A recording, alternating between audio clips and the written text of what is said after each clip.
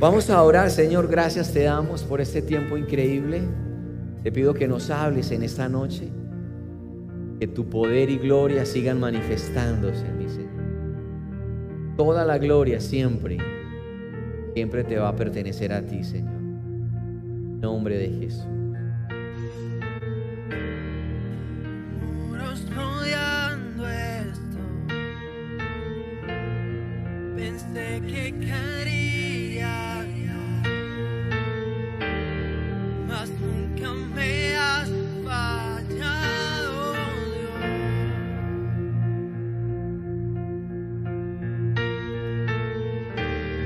La espera terminará, sé que has vencido ya, nunca me has fallado, Dios.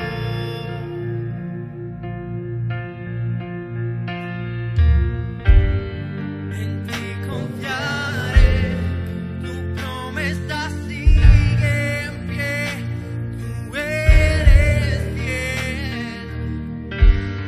Confiado andaré, en tus manos estaré, siempre has sido fiel. Marcos 4:35.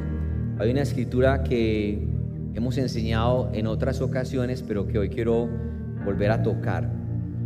En ese día, al anochecer, les dijo a sus discípulos: crucemos al otro lado. Dejaron a la multitud y se fueron con él en la barca donde estaba.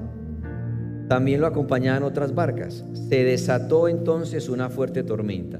Di conmigo: una fuerte tormenta. Se desató una fuerte tormenta y las olas azotaban la barca, tanto que ya comenzaba a inundarse. Jesús, mientras tanto, estaba en la popa durmiendo sobre un cabezal.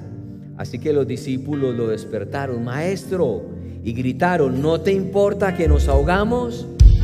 Él se levantó, reprendió al viento y ordenó al mar: silencio, cálmate. El viento se calmó y todo quedó completamente tranquilo. Se despertó, se levantó una gran tempestad o una fuerte tormenta.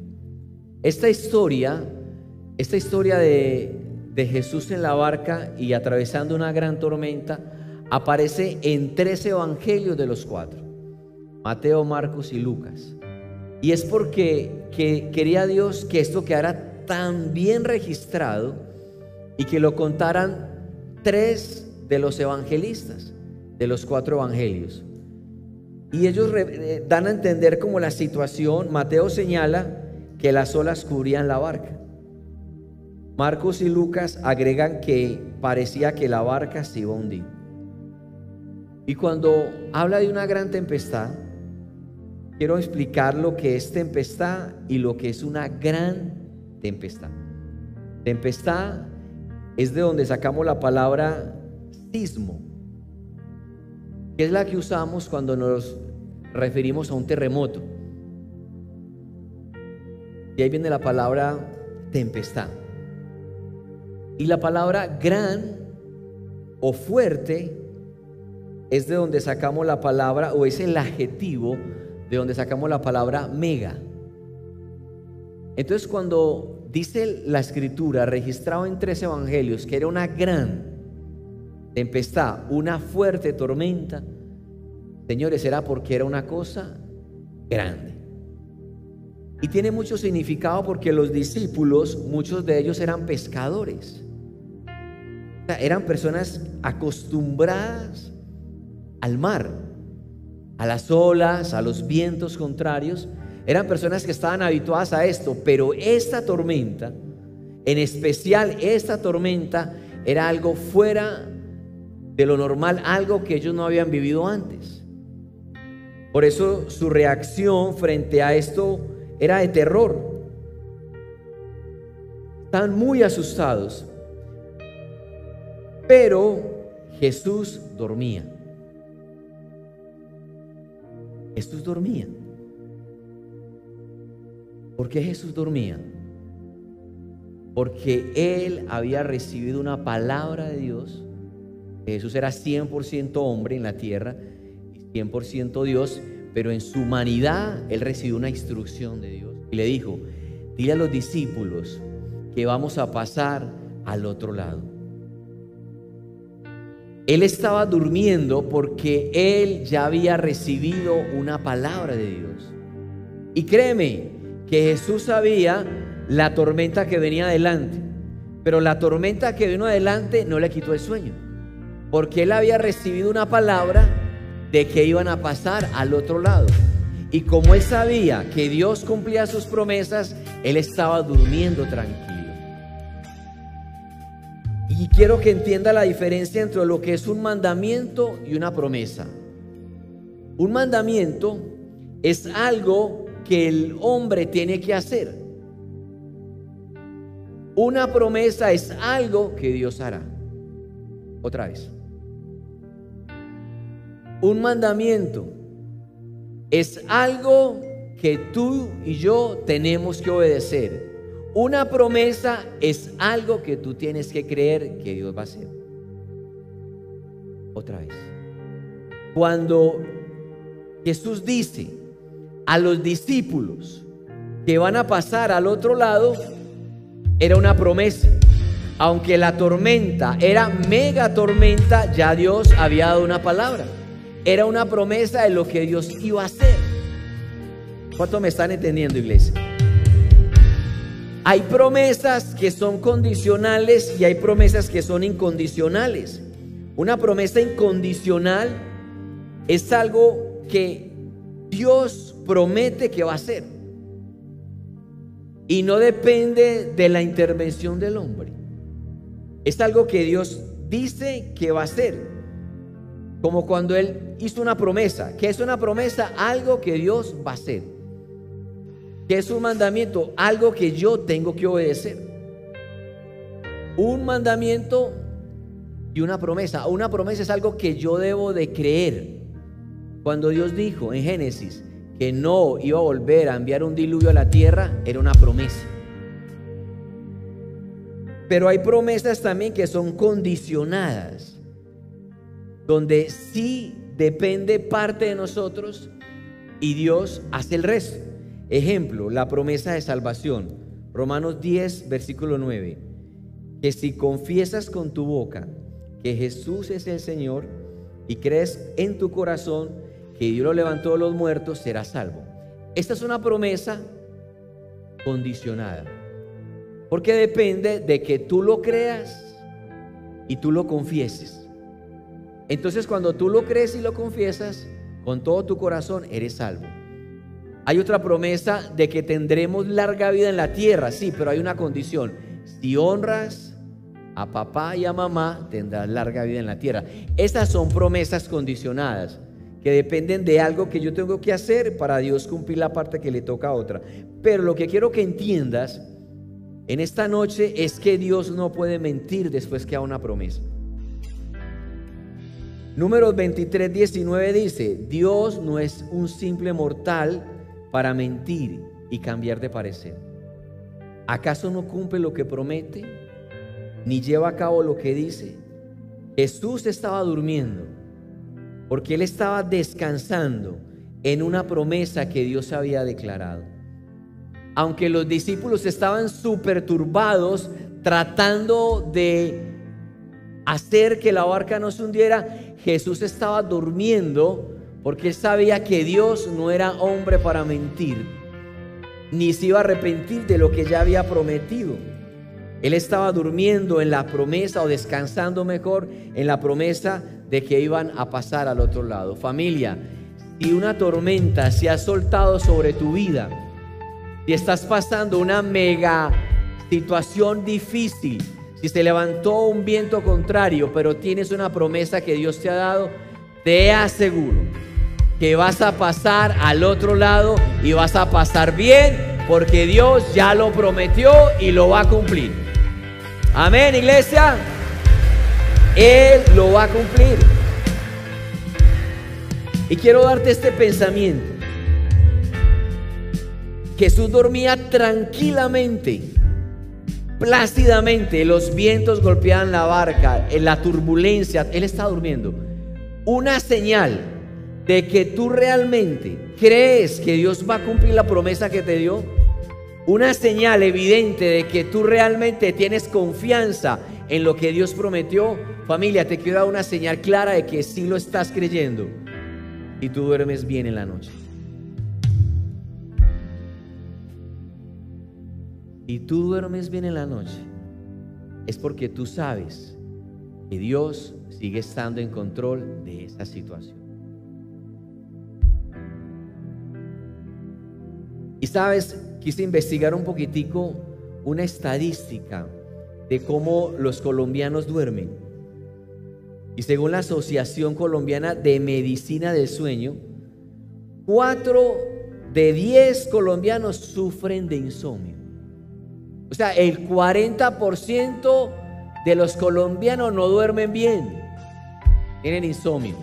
Escúchame este otro dato: 3 de cada 10 ronca. Yo no, yo me he puesto cuidado y yo no ronco, porque yo me despierto, no estoy roncando. 3 de cada 10 colombianos roncan. No se haga el loco. Pobre mujer, esté bajando por esa variante en primera.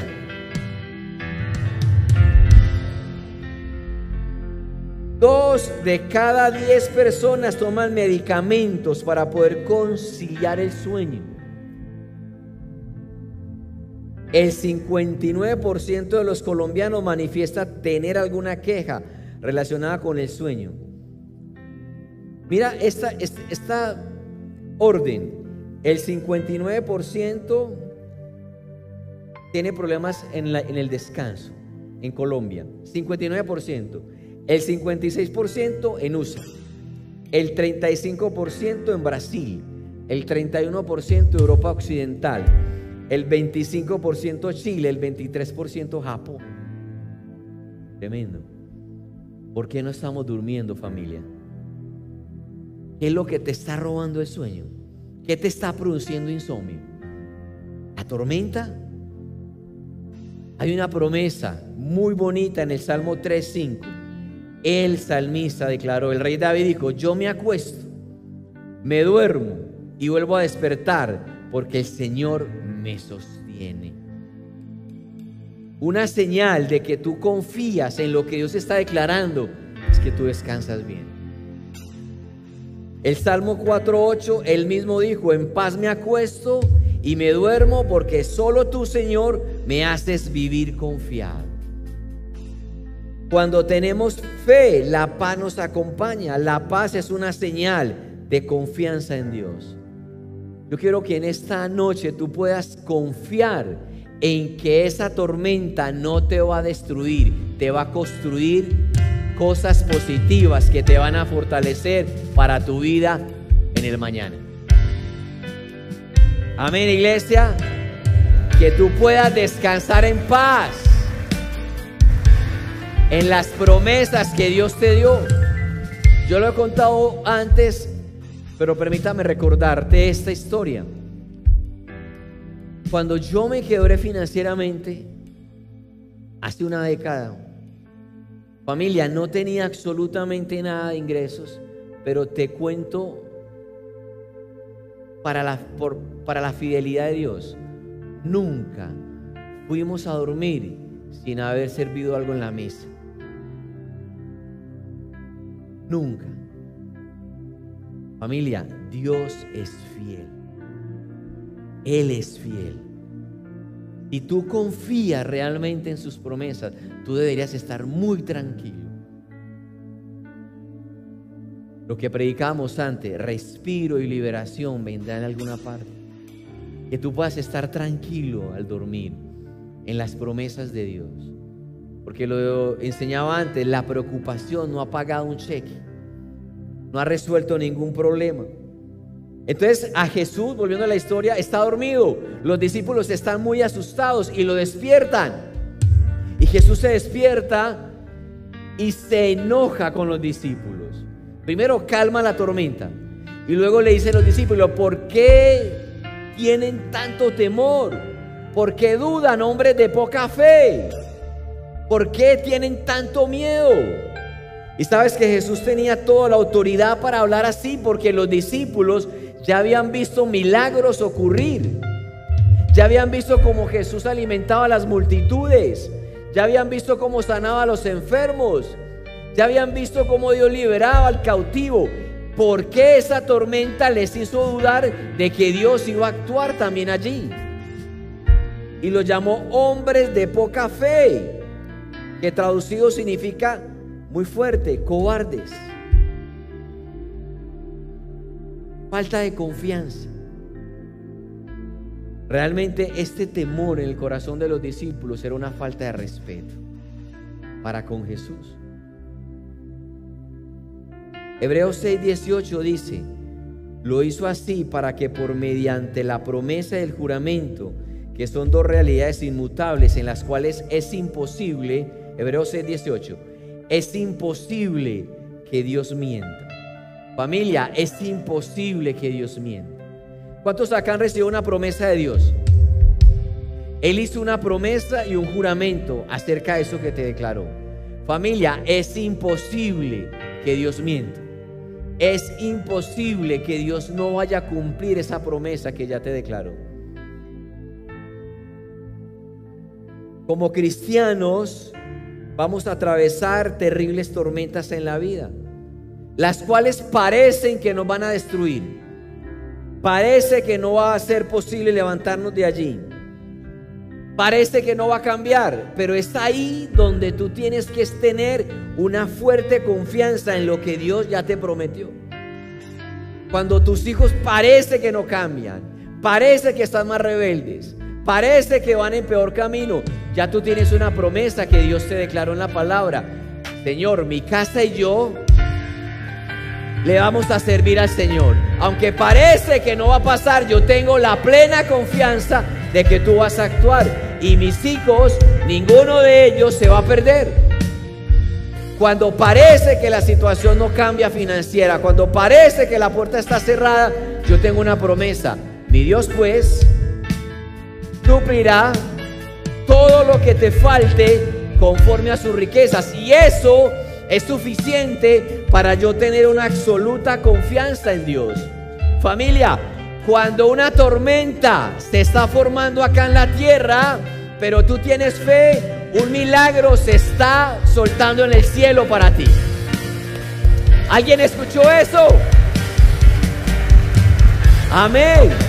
Cuando tú estás pasando una tormenta acá y hay un diagnóstico de muerte, pero tú tienes fe, el cielo está preparando un milagro para ti. Pero cuando tú tienes fe de que Dios ya te dio una promesa en medio de la tormenta, la frustración de los discípulos era muy grande porque decía: vamos a morir, vamos a perecer, esto va a terminar muy mal. Y tal vez estaban incómodos porque Jesús dormía. Y tal vez muchos creyentes dicen: pero ¿por qué Dios no actúa? ¿Pero por qué Dios no resuelve esta situación? Porque parece que no se interesa en mí.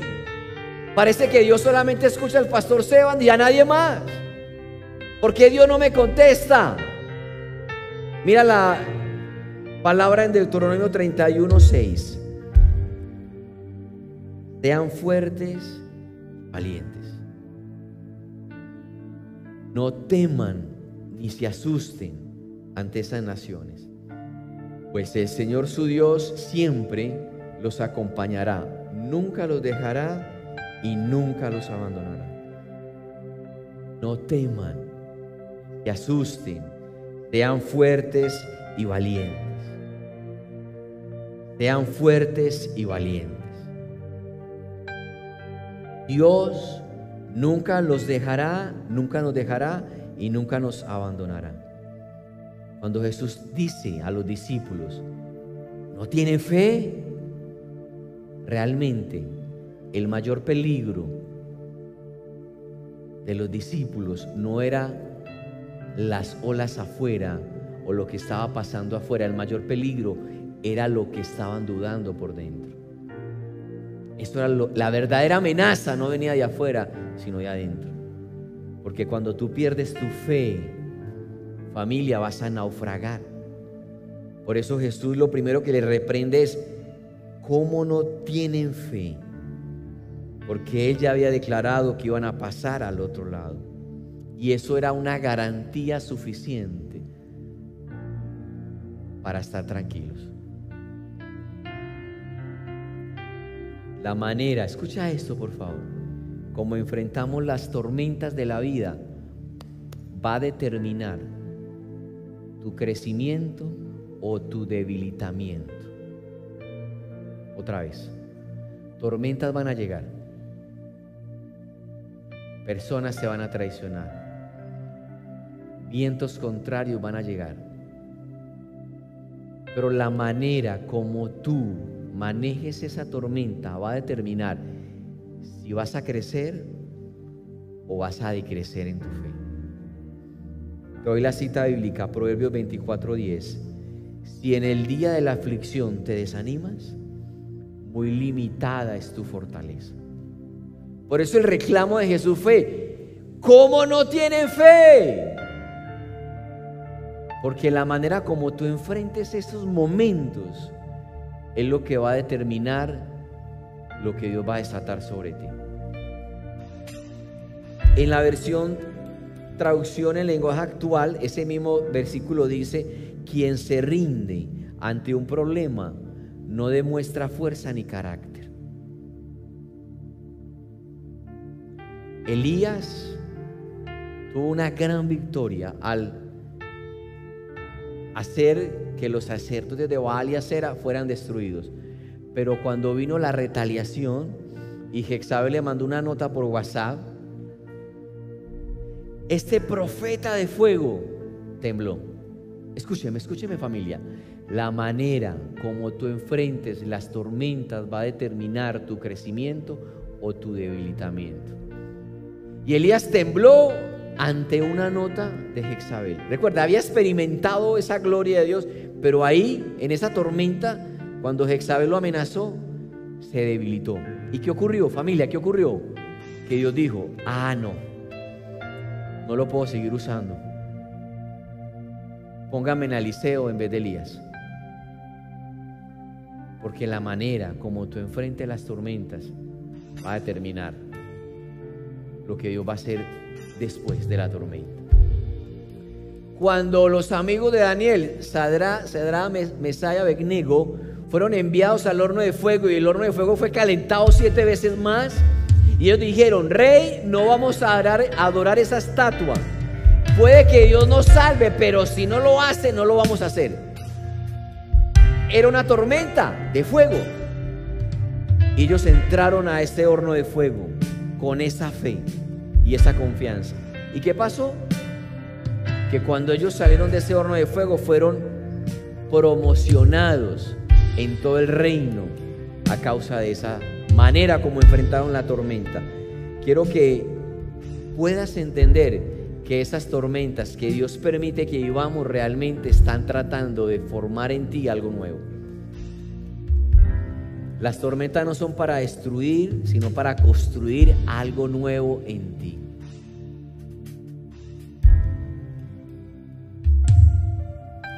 Es algo que yo quiero que entiendas en esta noche. Durante toda nuestra vida van a llegar momentos así, pero como los enfrentes es lo que va a determinar lo que Dios va a hacer. 3 promesas que Dios hace cuando enfrentas una tormenta, y termino con eso. 3 cosas que Dios promete. ¿Qué es una promesa? Algo que Dios va a hacer. ¿Qué es un mandamiento? Algo que yo tengo que obedecer. Un mandamiento tengo que obedecerlo, una promesa tengo que creerla. 3 cosas que nos promete el Señor cuando llega en momentos de tormenta. Número 1, la primera promesa que Él nos da es: estará con nosotros durante el camino que dure la travesía. Mateo 28:20. Les aseguro que estaré con ustedes siempre hasta el fin del mundo. Una promesa que nos hace el Señor en las tormentas que vengan sobre ti es que Él va a estar con nosotros durante toda la travesía que dure la tormenta y durante todos los días que dure nuestra vida. Número 1, va a estar con nosotros. Segunda promesa que nos hace el Señor, que vamos a llegar al otro lado. No importa qué tan grande sea la oposición, lo que yo sí sé, es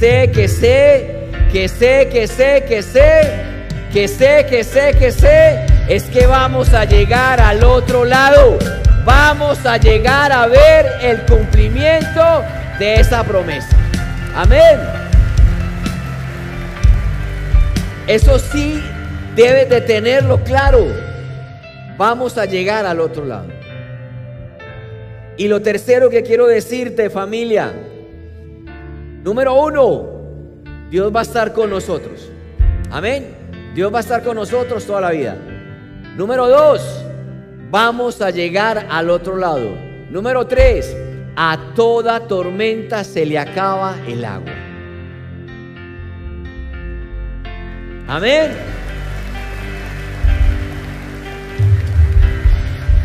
Y te doy la cita bíblica, Salmo 107, 29. Cambió la tempestad en suave brisa. Cambió la tempestad en suave brisa. Si sube la banda, por favor. Se sosegaron las olas del mar. Ante esa calma se alegraron y Dios los llevó al puerto anhelado. Por eso llamé esta enseñanza el puerto deseado. Familia, la tormenta que está sobre ti, escúchame, va a pasar.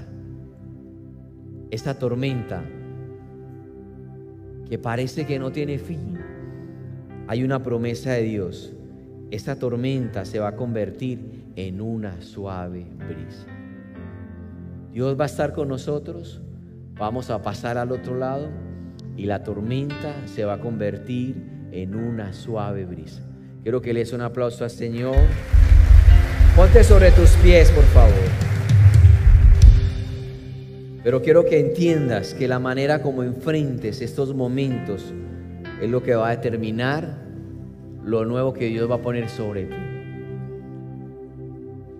Simplemente dile: Señor, gracias, porque yo sé que tú estás en medio de esta situación difícil, en medio de esta prueba económica, en medio de esta situación en mi matrimonio. Tú estás conmigo, Señor.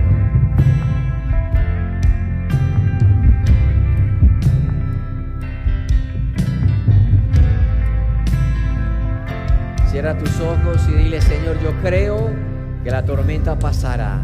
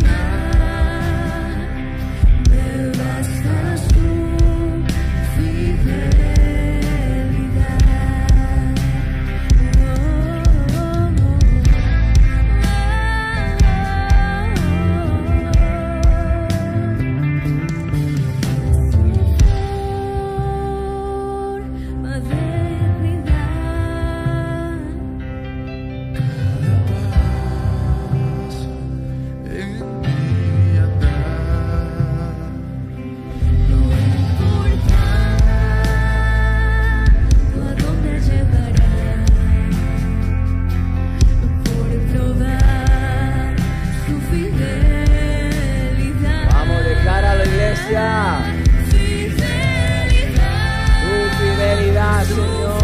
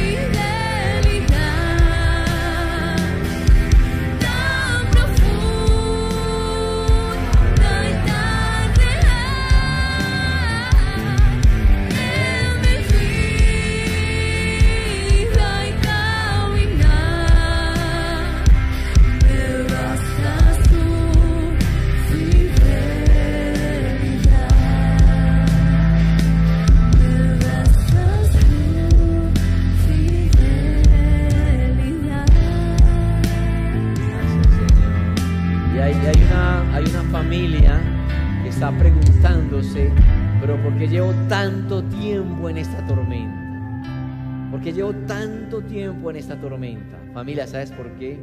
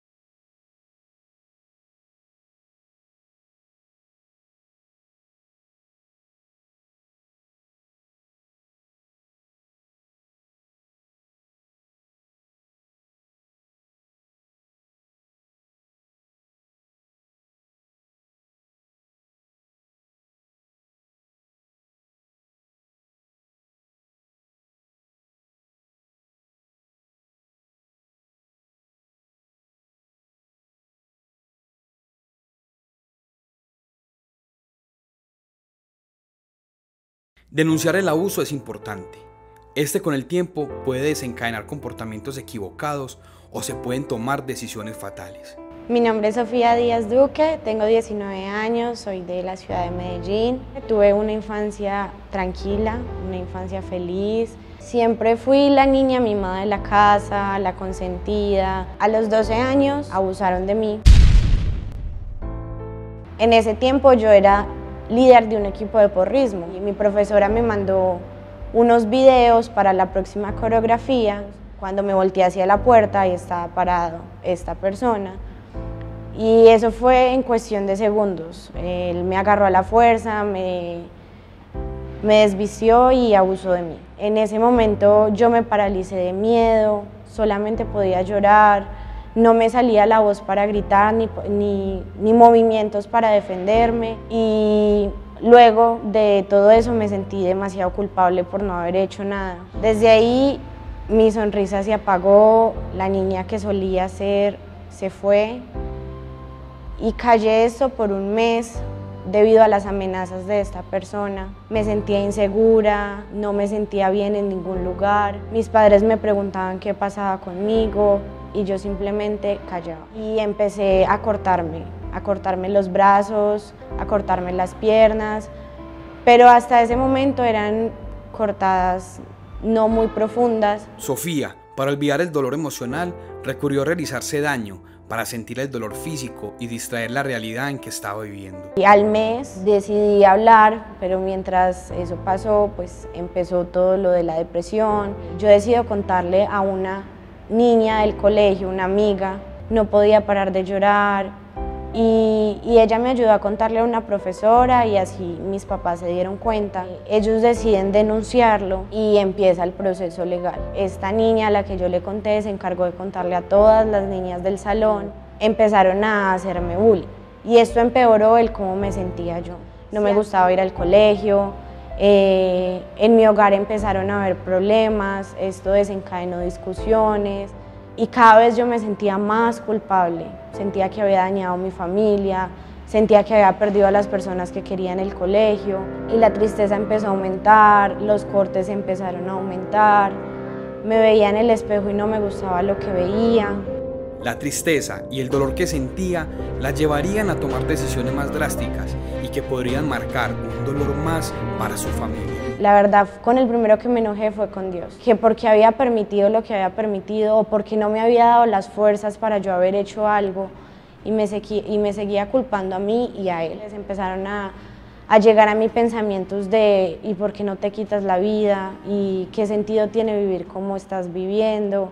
Me demoraba mucho para dormir y empezaba a llorar y a pensar eso, a preguntarle a Dios por qué no me llevaba. Empecé el proceso con psicología y la psicóloga cada vez más preocupada conmigo, ya no sabía cómo tratarme, entonces me remitió al año siguiente a psiquiatría para que me medicara.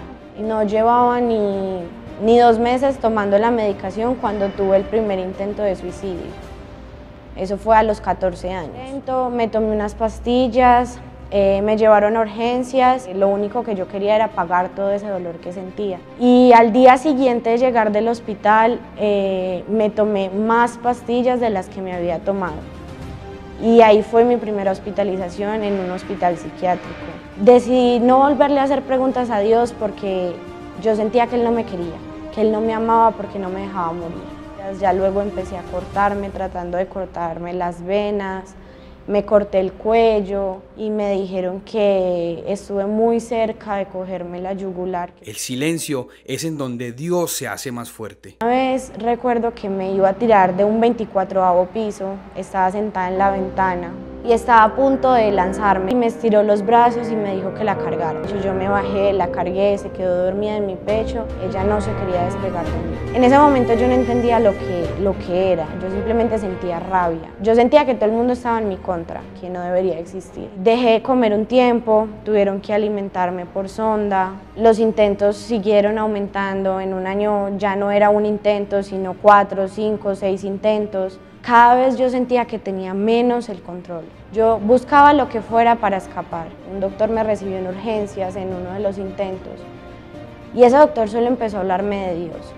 Me decía que yo lo necesitaba en mi corazón, que por qué no lo buscaba, que él era doctor, pero que él estaba seguro que la única cura para lo que yo sentía era Dios. Me fui a vivir a Pereira. Estando allá me empezaron a hablar de Dios y me regalaron una Biblia. Decía para Sofía en ocasión de restauración de vida. Pero yo no le encontraba sentido a eso. Y aún estando allá con ellos tuve 3 intentos de suicidio. Fueron 3 intentos, yo diría que los más letales que he tenido. Sofía ignoraba que Dios le tenía una vida con diferentes propósitos, pero en SOS encontraría lo que alguna vez pudo haber perdido. Y recuerdo que me estaba leyendo un libro, era una carta de Dios hacia la persona que estuviera leyendo el libro. Y decía preguntaste dónde estaba y aquí estoy. No necesitas una muerte física para ser crucificada conmigo. Yo solo le preguntaba, pero ¿por qué no me dejas morir? O sea, ¿por qué eres tan malo con las personas que amas? Decidimos que me iba a devolver para Medellín. Me pidieron el favor que me diera la oportunidad de venir a SOS. Y yo decía, pero ¿para qué seguir intentando? Hasta ese momento ya llevaba 24 intentos de suicidio. Y me vine para Medellín. Inmediatamente yo entré por la puerta de SOS. Yo sentí algo dentro de mí que no sabía explicar. Yo sentí una tranquilidad, yo sentí que pude volver a respirar en tantos años. Habían sido 6 años de solo tristeza, dolor, intentos de suicidio, rabias. Una líder. Ella me invitó a comer con algunos jóvenes y me dijo que por qué no iba a un encuentro. Y llegué a mi casa y eso quedó sonando en mi mente. ¿Por qué no vas a un encuentro? ¿Por qué no vas a un encuentro? Y bueno, se llegó el día. Íbamos camino del encuentro, iba una líder en mi bus y ella me entregó una promesa. Y desde ese momento mi corazón se llenó de una felicidad que yo no podía explicar. Allá tuve una liberación, yo sentía que yo no iba a ser capaz. Yo sentía que yo tenía que llegar aquí a Medellín nuevamente a hacer lo que venía pensando, quitarme la vida. Esa noche, mientras me quedaba dormida, yo sentí que alguien entró a la habitación. Y sentí cómo me abrazó y yo solo estaba llorando y yo ya estaba medio dormida y pude escuchar cómo él me dijo, para ya porque yo te amo y yo te perdoné. Y al otro día me levanté con una paz que no podía explicar. Por un momento pude dejar de pensar en 6 años en quitarme la vida. Y cuando me iba a bautizar me preguntaron a qué quería renunciar y lo primero que dije fue a las ideas de muerte, a los intentos de suicidio. Y recuerdo que la líder que me iba a bautizar me dijo exactamente lo mismo. Piensa que cuando te sumerjas todo eso queda en el fondo del mar porque Dios te ha perdonado. Y yo entré al agua aún con ganas de morirme. Una vez salí del agua, yo quería vivir. Por primera vez en 6 años yo quería empezar a vivir y me di cuenta que tantos años que le huía a él, tantos años que le di la espalda y él me hablaba una y otra vez y él me buscaba una y otra vez y él me abrazaba una y otra vez sin darme cuenta. Ese día entendí que él realmente me ama y que realmente una vida sin él no tiene sentido y no vale la pena. El enemigo quiso llenarme la cabeza de tantas mentiras y como yo no tenía a Dios, se las creí todas.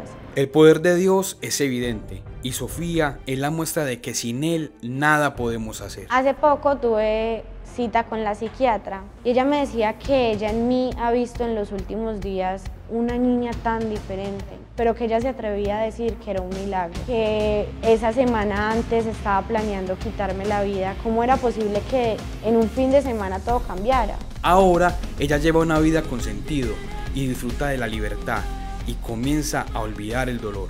Y en definitiva mi sueño cumplido de este año es poder decir que soy feliz, que disfruto lo que hago, así sea pequeño, que disfruto salir, que disfruto compartir con la gente. Conocer de Dios fue el mejor sueño cumplido. Caminar en la vida sin propósitos puede hacer que perdamos el rumbo. ¿Tienes hambre de Dios? ¿Sientes que no puedes más con tus cargas? Te invitamos a SOS, un lugar en donde lo sobrenatural es natural.